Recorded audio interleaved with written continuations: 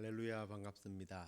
이제 우리 믿음으로 서리라라고 하는 찬양을 부르면서 토요일 새벽 예배를 올려드리도록 하겠습니다.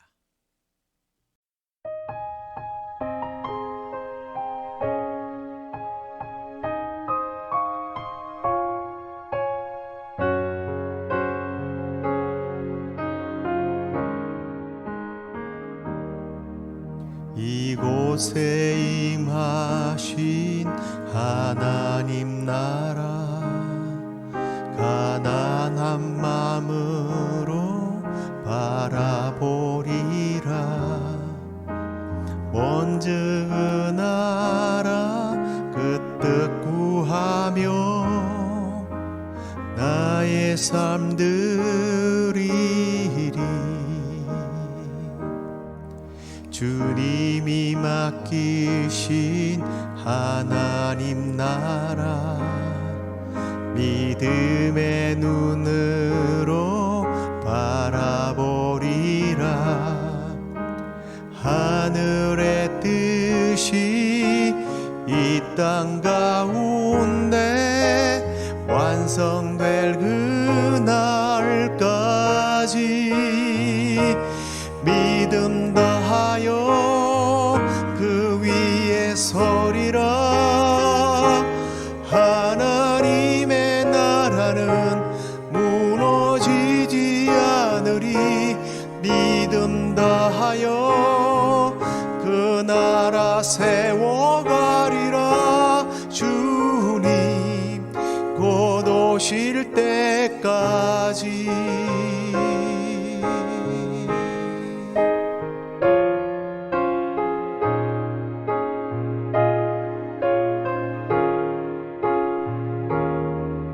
이곳에 임하신 하나님 나라, 가난한 마음으로 바라보리라. 먼저 그 나라 그 뜻 구하며 나의 삶 드리리.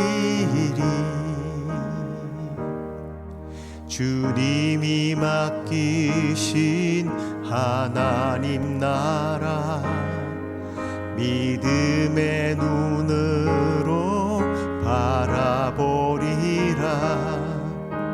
하늘의 뜻이 이 땅 가운데 완성될 그날까지 믿음 다하여 그 위에 서리라. 하나님의 나라는 무너지지 않으리. 믿음 다하여 그 나라 세워가리라. 주님 곧 오실 때까지 믿음 다하여 그 위에 서리라. 하나님의 나라는 무너지지 않으리. 믿음 다하여 그 나라 세워가리라. 주님 곧 오실 때까지.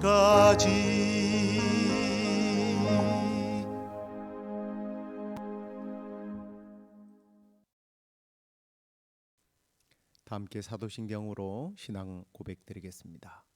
전능하사 천지를 만드신 하나님 아버지를 내가 믿사오며 그 외아들 우리 주 예수 그리스도를 믿사오니 이는 성령으로 잉태하사 동정녀 마리아에게 나시고 본디오 빌라도에게 고난을 받으사 십자가에 못 박혀 죽으시고 장사한 지 사흘 만에 죽은 자 가운데서 다시 살아나시며 하늘에 오르사 전능하신 하나님 우편에 앉아 계시다가 저리로서 산자와 죽은 자를 심판하러 오시리라.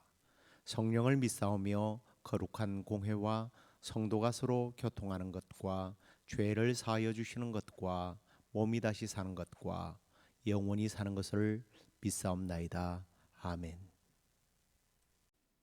찬송가를 하나 더 하도록 하겠습니다. 예수 앞에 나오면 함께 부르시겠습니다.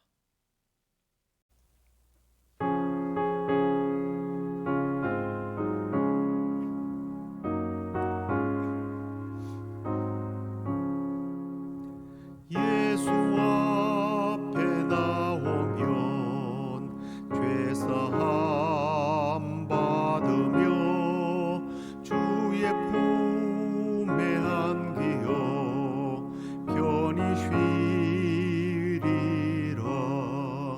우리 주만 믿으면 모두 구원 얻으며 영생 복락면류관 확실히 받겠네. 예수 앞에 나와서 은총을 받으며 마음의 기쁨 넘치어 감사하리라. 우리 주만 믿으면 모두 구원 얻으며 영생 복락면류관 확실히 받겠네.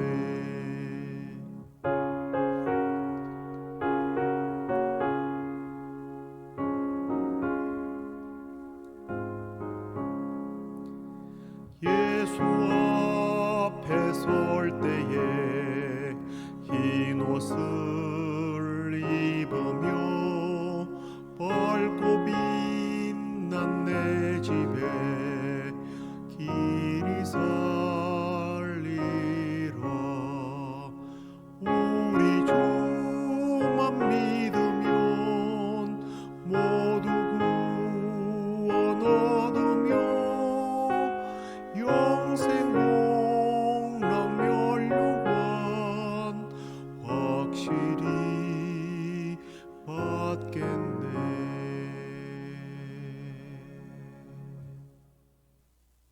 이제 하나님 말씀 보시겠습니다. 요한복음 5장 1절에서 9절에 있는 말씀 보시겠습니다.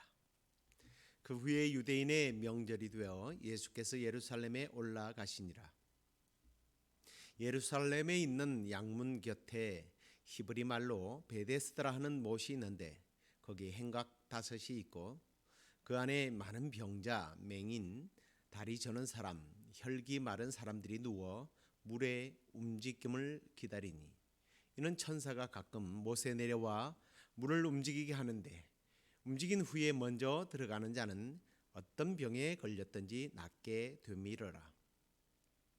거기 38해 된 병자가 있더라. 예수께서 그 누운 것을 보시고 병이 벌써 오래된 줄 아시고 이르시되 네가 낫고자 하느냐. 병자가 대답하되 주여 물이 움직일 때에 나를 못에 넣어주는 사람이 없어 내가 가는 동안에 다른 사람이 먼저 내려갔나이다. 예수께서 이르시되 일어나 네 자리를 들고 걸어가라 하시니 곧 그 사람이 곧 나아서 자리를 들고 걸어가니라. 이 날은 안식일이니. 오늘은 일어나 걸어가라라고 하는 제목으로 말씀을 나누도록 하겠습니다. 오늘 우리가 함께 나눌 이 말씀은 어제 금요일에 여러분에게 보내드린 오늘의 묵상 내용을 좀 더 깊은 묵상으로 함께 나누도록 하겠습니다. 오늘의 묵상을 줄여서 오묵이라고 부르는데요. 어떤 친구들은 그러대요. 맛있는 어묵을 연상한다라고 이야기를 하는데 뭐 조금 의도적으로 그렇게 했습니다.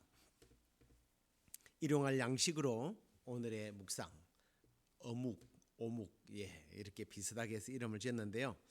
올해가 11년 차로 이제 참 좀 게을러서 그만두고 싶은 마음도 있지만 한번 또 시작한 거라 그만두지 못하고 올해 이제 11년 차가 되었는데요. 혹시 이제 이 방송을 보시면서 매일 월요일부터 금요일까지 뭐 한 1분 정도면 읽을 수 있는 한 줄 묵상 이 내용을 여러분들이 받아보시기를 원하시는 분들이 계시면 이 카카오톡 저의 아이디입니다. 둘로스 BMH 둘로스라는 말이 종이라고 하는 헬라어인데요. 둘로스 하나님의 종 BMH 배명헌이라는 뜻입니다.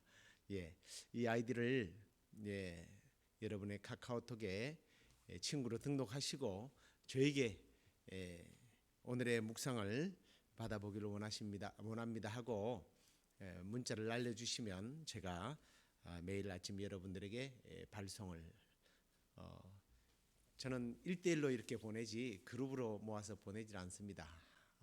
보내드릴 테니까 여러분들 신청하시면 될 것 같습니다. 자, 오늘 이 본문의 내용은요, 뭐 우리가 너무나 잘 아는 내용입니다. 하지만 이 말씀을 통해서 우리가 절망의 자리에서 일어나게 되는 어떤 비결을 함께 배우는 그런 시간이 되었으면 좋겠습니다. 오늘 우리가 읽었던 이 1절에 예수님께서 유대인들의 명절이어서 예루살렘을 방문하게 되었다라고 기록을 하고 있는데요. 사실은 정확하게 이 명절이 어느 때인지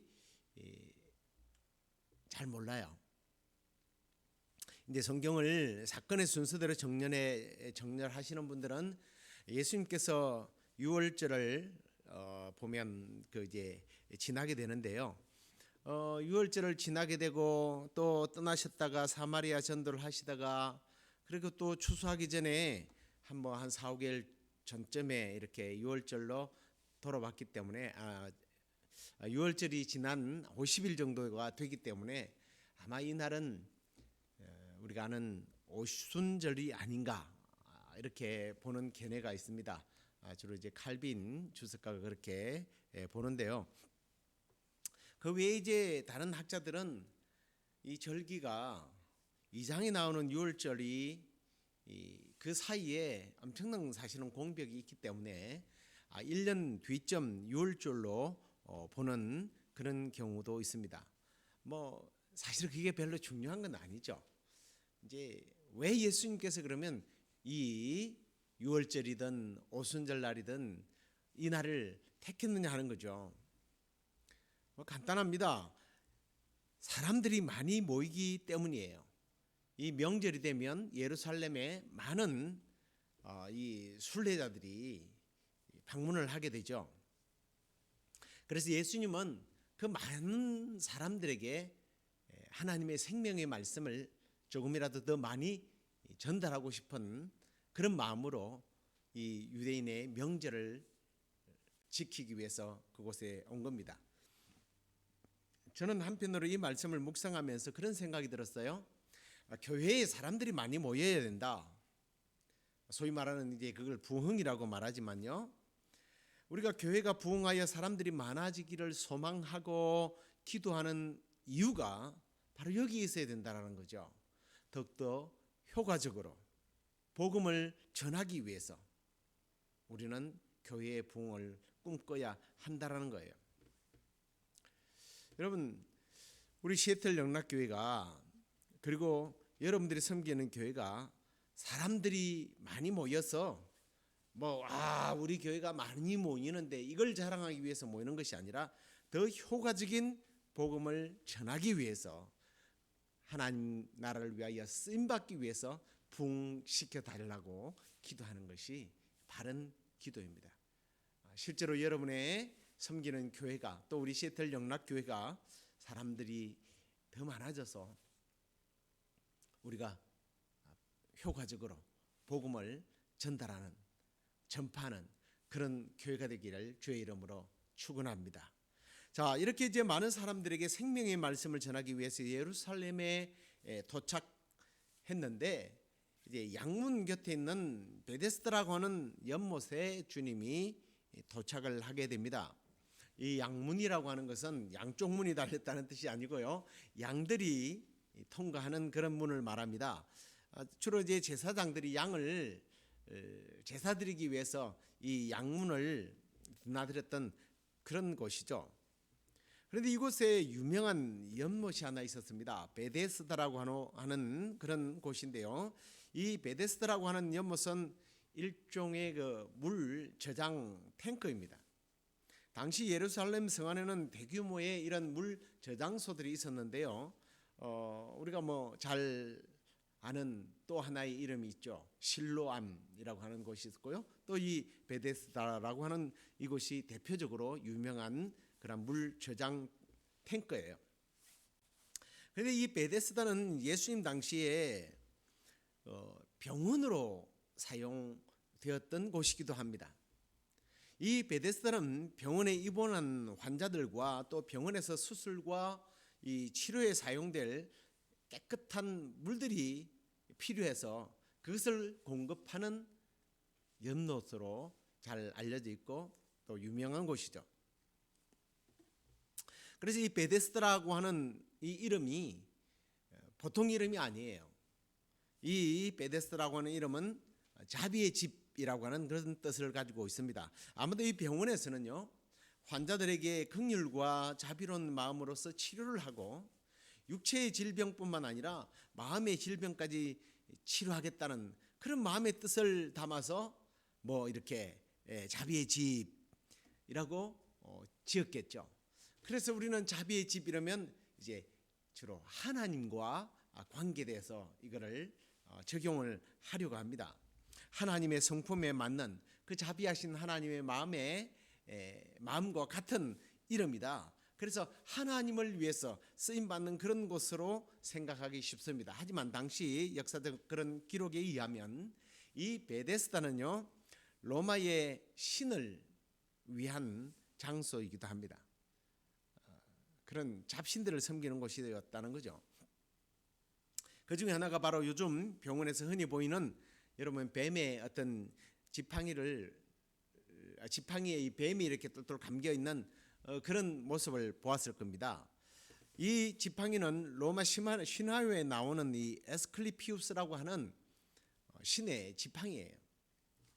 그런데 어쩌면 이곳에 하나님의 자비가 아닌 이런 그리스 신화 속에 등장하는 에스클리피우스의 자비, 그 자비를 구하는 곳이 바로 이곳이었던 거예요.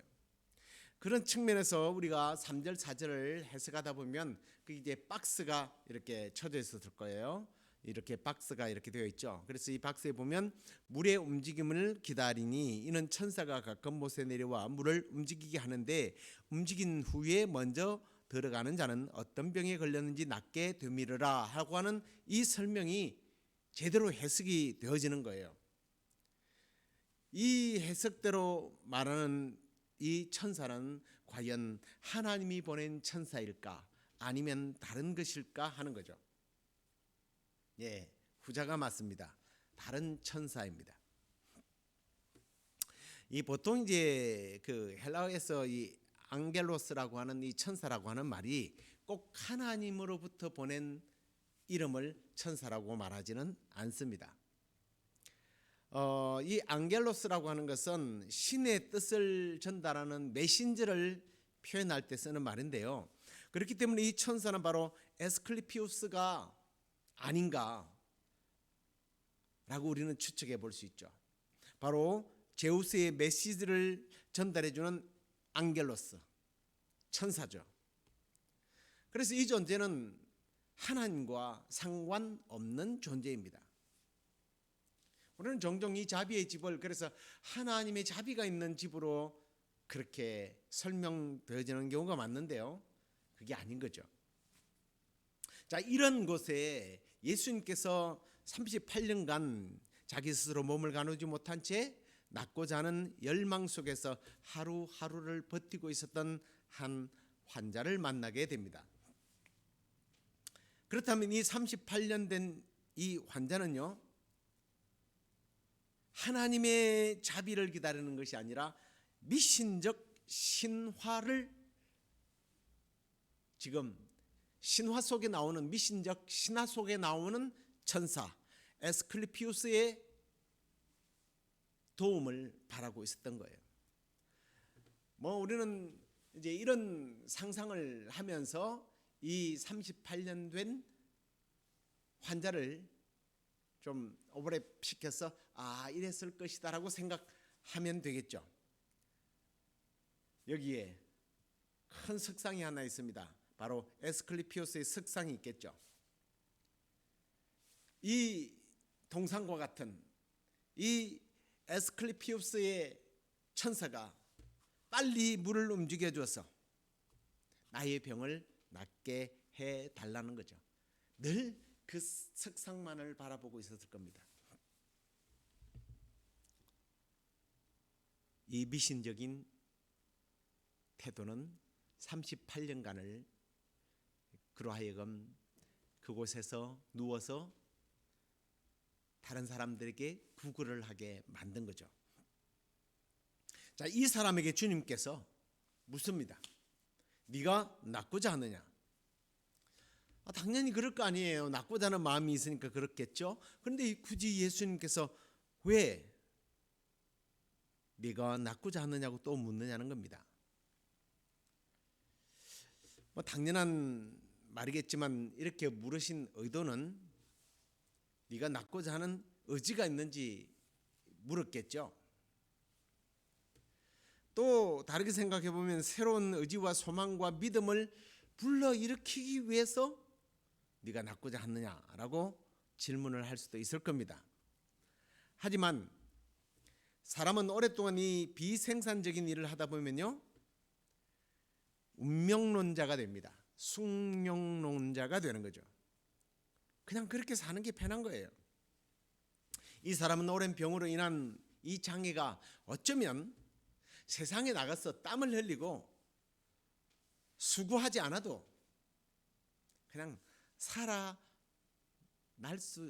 수 있다라고 하는 어떤 계기가 되는 거죠. 핑계거리가 되는 거죠. 이런 이야기를 아마 들어보셨을 겁니다. 한번 홈리스가 되면, 노숙자가 되면 그 노숙자의 삶을 벗어나기가 힘들다.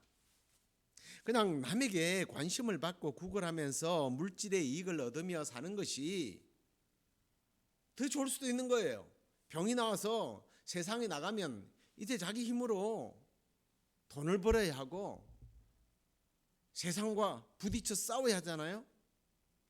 그래서 주님께서 네가 낫고자 하느냐라고 물어본 것은 그의 의지를 물어본 것도 있겠지만, 저는 한편으로는 주님께서 네가 지금 이 38년 된 이 노숙자 생활을, 남의 도움만 받던 이 생활을 끊어버리고 새 출발할 수 있느냐, 준비가 되어 있느냐라고 물은 질문이 아닐까, 저는 한편으로 그렇게 해석을 해봅니다. 왜냐하면 여러분, 간절함이 있다고 해서 다 병이 낫습니까? 간절함이 곧 치유를 일으키는 것은 아닙니다. 제가 앞에서 말했지만 에스클리피오스라고 하는 이 천사가 물을 움직여 주기를 38년이나 간절하게 기다렸습니다. 그러나 그의 기다림은 그를 고쳐주지 못했습니다. 그의 간절함은 그를 회복시켜주지 못했습니다. 여러분, 간절히 부르짖으면 응답받는다고요? 맞는 말 같지만 잘못된 말이에요. 간절함이 우리를 치유하고 간절함이 나의 삶을 회복시켜주는 게 아니에요. 간절함이 나의 삶을 성공적으로 이끌어주는 것이 아닙니다. 누구보다도 여러분들이 병들고 지쳐있고 힘들고 가난할 때 간절함이 있었을 거예요. 그 간절함이 여러분의 삶의 문제를 해결해 주지 않습니다. 그 간절함과 그 성공에 대한 신화와 기복신앙은 아무것도 이룰 수 없는 허황된 꿈일 뿐입니다. 여러분 기억하십시오. 예수 그리스도가 없는 간절함은 다 헛것이라는 것. 예수 그리스도가 없는 간절함은 미신이에요. 신화예요. 이걸 기억하시기 바랍니다. 그리고 이렇게 주님은 그가 낫기를 원하는지를 하신 후에 굉장히 의미심장한 말씀을 하십니다. 일어나 내 자리를 들고 걸어가라 라고 말씀하십니다. 여러분, 이건 그런가 보다라고 하겠지만 잘 생각해 보십시오. 먼저 무엇을 선포해야 됩니까? 내 병에서 깨끗이 나을지어다. 병에서 나음을 얻을지어다. 이게 먼저 선포돼야 되죠. 그런데 주님은 일어나 내 자리를 들고 가라고 명령하셨습니다. 왜요? 조금 전에 말씀드린 이유들 때문입니다. 그리스도 신화와 좀 연결해 보십시오. 그리고 나태해질 수밖에 없는 그의 아니라는 생각과 접목을 시켜 보십시오. 그 미신적인 신앙에서 아니면 숙명론자로부터서 주님은 떠나라고 하는 그런 암시적 명령이 여기에 들어 있는 겁니다. 그렇습니다. 그 어떤 열망도 간절함도 예수님을 믿는 믿음보다 앞설 수는 없는 거예요. 예수 그리스도가 없는 그 어떤 믿음의 행동들 다 미신뿐이고 성공신화뿐이고 헛된 것을 잡으려는 꿈이에요. 그래서 주님은 일어나 내 자리를 들고 걸어가라고 말씀합니다. 저는 이 일어나 내 자리를 들고 걸어가라는 이 명령 속에는 이런 여러 가지들이 의미들이 함축되어 있다는 것을 많이 깨닫게 되었는데요. 앞에서 말씀드린 것처럼 일하지 않고 구걸을 하면서 먹고 살았던 시절, 다시 말하면 작은 이익에 사로잡혀서 더 큰 세계를 더 큰 세상으로 나아가지 못하는 그 삶으로부터서 떠나라는 거예요. 제 어릴 때 학창 시절 친구 중에요, 군대를 가지 않기 위해서 정말 잔인하죠. 이 음식 금지를 이렇게 절단한 친구가 있었습니다. 정말 우리 주변에 그런 사람들이 있죠. 작은 이익을 추구하다가 더 큰 세계로 나아가지 못하는 모습들. 여러분 기억하시기 바랍니다. 작은 이익에 사로잡혀서 더 나은 세계를 추구하지 않을 때 변화와 치유는 일어나지 않습니다. 성공적인 삶은 개척되지 않습니다. 예수님께서 정말 낫기를 원하는가라는 이 질문은 새로운 세상을 위한 도전하는 마음이 있는지를 물어보시고 있다고 할 때에 그럼 그 세계를 향하여 나아가라고 명령하신 거예요. 세상이 지금 힘들고 어렵지만 그런 세상에 뛰어들어가서 땀을 흘리고 시간을 투자하고요, 재능을 발휘하고 또 봉사하고 헌신하는 이런 의욕적인 사람을 통해서 하나님의 나라는 세워져 가는 거예요. 아니 이걸 그냥 개인적으로도 한번 생각해 보십시다. 여러분 그런 사람들은요, 요즘 현대인들이 많이 걸리는 그런 우울증에 걸리지 않아요. 아침부터 일찍 일어나서 샤워하고요, 옷을 단정하게 입고 뭐 명품을 입으라는 건 아니에요. 깨끗하게 옷을 입고 여자들은 화장을 하고 그렇게 아침 일찍 룰루랄라 막 신나게 출근하는 사람, 여러분 우울증 걸렸다는 사람들 봤습니까? 뭐 그런 사람들은 그래요. 누가 우울증 뭐 어쩌고 이야기하면 아유 난 바빠서 우울증 걸릴 시간이 없대요. 사실이에요. 할 일 없이 아침에 뭐 거의 점심때 다 돼서 일어나가지고 먹을 것이 있으면 먹고 없으면 또다시 그냥 퍽 퍼져가지고 침대에 누워서 오늘은 무슨 재미난 유튜브에 뭐가 올라왔나고 그거보다 또 잡니다. 그러다가 뒹굴다가 하루 종일 그렇게 시간을 허비하는 사람은 우울증 걸릴 확률이 몇 퍼센트나 될까요? 저는 100%라고 확신합니다. 저는 뭐 오늘 주신 말씀을요, 얼마든지 또 다르게 많이 적용할 수 있지만 좀 우리에게 이런 도전을 하면서 저는 말씀을 이제 맺겠습니다. 여러분의 간절함은 지금 어떤 간절함입니까? 세상의 성공 신화를 위한 간절함입니까? 그 성공 신화를 위해서라면 무엇이든지 붙잡고 싶습니까? 그것이 미신적이거든. 뭐 지나가는 스님이나 점장이를 붙들겠습니까? 이 38년 동안 누워서 지낸 이 사람은 허황된 신화를 붙잡고 38년을 그렇게 간절함으로 버텼지만 헛된 시간을 보낸 겁니다. 그렇습니다. 예수님이 없는, 예수님이 빠져버린 간절함, 예수님이 없는 성공신앙은 다 헛될 뿐입니다. 더 이상 미신적인 잘못된 믿음의 세계에서 뒹굴고 있지 마시기 바랍니다. 화장을 고치고 아름다운 옷을 입고 일터로 나가는 부지런한 직장 여성처럼 우리의 잘못된 믿음, 미신적인 믿음을 예수 그리스도의 중심으로 고치십시오. 화장을 고치듯. 그리고 정갈하게 옷을 입는 것처럼 예수 그리스도의 의의 옷을 입으시기 바랍니다. 화장도 해야죠. 무엇으로 화장을 할까요? 성령의 기름 부으심으로 화장을 하십시오. 그리고 나를 가두고 있는 문제들이 있습니까? 그 문제라고 하는 문 앞에 다가가십시오. 그런데 문이 잠겨 있네요? 잠겨 있습니까? 괜찮습니다. 저 문만 열면 축복의 보고가 그 안에 보물들이 있기 때문에 우리는 그걸 열어야 합니다. 무엇으로 열죠?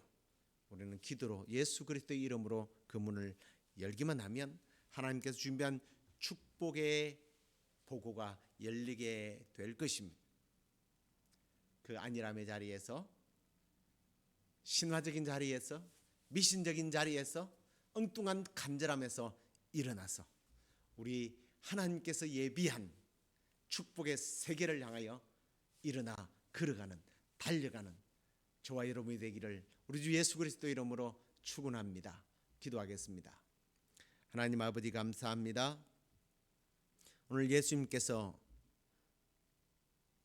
헛된 신화를 바라는 베데스다 그 자비의 집으로 찾아가서 수십 년 동안 잘못된 신화를 붙들고 살아왔던 에스클루피오스의 그 천사가 자기를 구해줄 줄 알고 치료해줄 줄 알고 바랬던 그 간절한 희망을 이제는 놓아버린 이 사람을 찾아가서 그럼에도 불구하고 여전히 네가 낫고자 하느냐 그에게 질문하시고 그가 낫고자 한다고 했을 때에 우리 주님께서는 그 나태의 자리에서 지금 벗어나서 일어나 걸으라고 믿음으로 선포하시고 그를 치료하셨던 그 자리를 오늘 그 말씀을 우리가 보면서 혹시 우리가 지금까지 주님 없는 간절함으로 헛된 신앙으로 미신적인 잘못된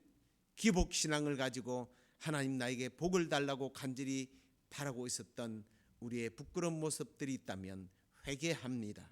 주님, 이제 나에게는 예수 그리스도가 필요합니다. 예수 그리스도만이 우리의 소망이 되십니다. 나는 예수 그리스도가 필요합니다라고 우리 주님께 나아가서 우리 주님의 옷을 붙잡고 주님께서 열어주신 새로운 세계를 향하여 믿음으로 달려가는 축복의 삶을 살게 하여 주옵소서.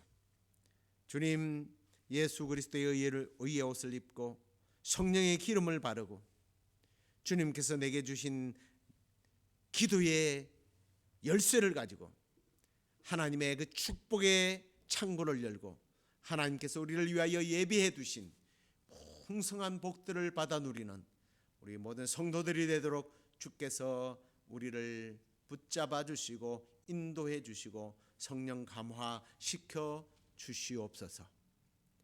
내일 주일입니다. 우리가 주님께서 예배를 통하여 주실 은혜들을 사모하고 또 우리 주님께 영광의 예배를 드리기 위하여 성도들이 모여서 함께 예배할 때에 주님의 놀라운 은혜를 경험하는 그런 예배가 될 수 있도록 주여 우리를 만나 주시옵소서. 그렇게 주실 줄로 믿사옵고 예수 그리스도의 이름으로 감사하며 기도드리옵나이다. 아멘. 하늘에 계신 우리 아버지여, 이름이 거룩히 여김을 받으시오며 나라의 마옵시며 뜻이 하늘에서 이루어진 것 같이 땅에서도 이루어지이다. 오늘날 우리에게 일용할 양식을 주옵시고 우리가 우리에게 죄의 지은 자를 사하여 준 것 같이 우리 죄를 사하여 주옵시고 우리를 시험에 들게 하지 마옵시고 다만 악에서 구하옵소서. 대개 나라와 권세와 영광이 아버지께 영원히 사옵나이다. 아멘.